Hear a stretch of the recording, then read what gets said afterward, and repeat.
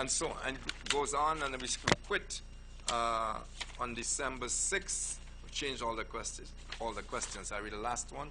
Just two questions. What party will you vote for the next election? 62% UWP. Who do you think will win the next elections? UWP 52-48. So it ended on that point. UWP 52, SLP 48. Now, folks, the writing was on the wall right there, and I can tell you I didn't publish it in the papers. I didn't want anybody accusing me of anything. I wanted to say a quick thing about Menisa. Poor thing. Menisa Rumbali lost, and I understand she was devastated. And you know, I thought, again, when I was watching how Kenny just destroyed all these people's careers by his refusal to acknowledge what was happening to his image. But also, they invited it on themselves. Because, you know, you've heard of TLC, tender loving care?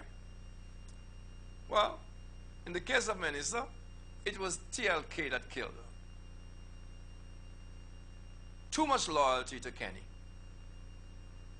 Too much loyalty to Kenny. TLK killed Menisa. Bring it on. Meet me in the ballot box and all that kind of stuff. Just before I take my calls, finally, how do I feel about the change? I regret it because I was in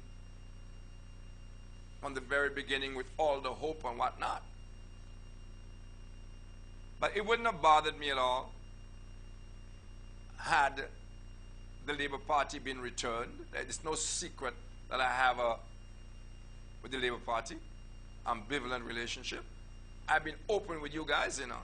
But my friends, the guys I call my friends, and my relationships are all with the Labour Party guys, not the UWP guys, though I know Rufus well, I know Stevenson King well, a couple others. I don't know half of the guys. Compton well. And let me say something about Compton very quickly. I got a lot of stick back in whatever it was when the Star chose John Compton as Man of the Century. I made the point that everywhere you looked, everything had a Compton stamp on it. Tourism was his. Everywhere. Let's not even go into the details. Because the man had been in office forever. I refused to take off the pimples on his face. I said, regardless of all the criticisms I've written about the man and said, they remain in place. But that did not in any way stop him from being head and shoulders over any other politician in St. Lucia. And I still say the same. But I want to make this declaration. Had I known at the time that Compton would be returning to office in the politics, I would not have done it.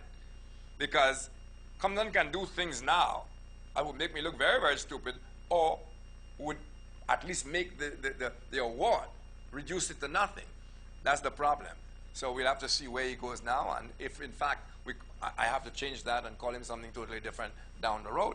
One of the things I heard a lot around the island as I drove around, nobody was disagreeing that Kenny was a problem with the election. Nobody disagreed. Even when they didn't concentrate on him and concentrate on something else, it turned out he was responsible for it. But over and over, people kept saying to me, Rick, Labour Party people, you know, Rick, I hope that you're going to be with Compton as you were with Kenny. And I'm going to say it now. Toxicity, I know you know I'm going to be. Whether you're a yellow shirt or a red shirt, I know that you know that I know you know that I am going to be as watchful. I am going to be as passionate. And you know what? I'm not giving him much time either. I ain't got no honeymoon. Because the first steps that the new Prime Minister, John Compton, and I believe, a lot of people might disagree, I believe we have a new Prime Minister, John Compton. Don't underestimate the guy. Let's wait and see what he does. Because I believe those 10 years out there have taught Compton a lot of lessons.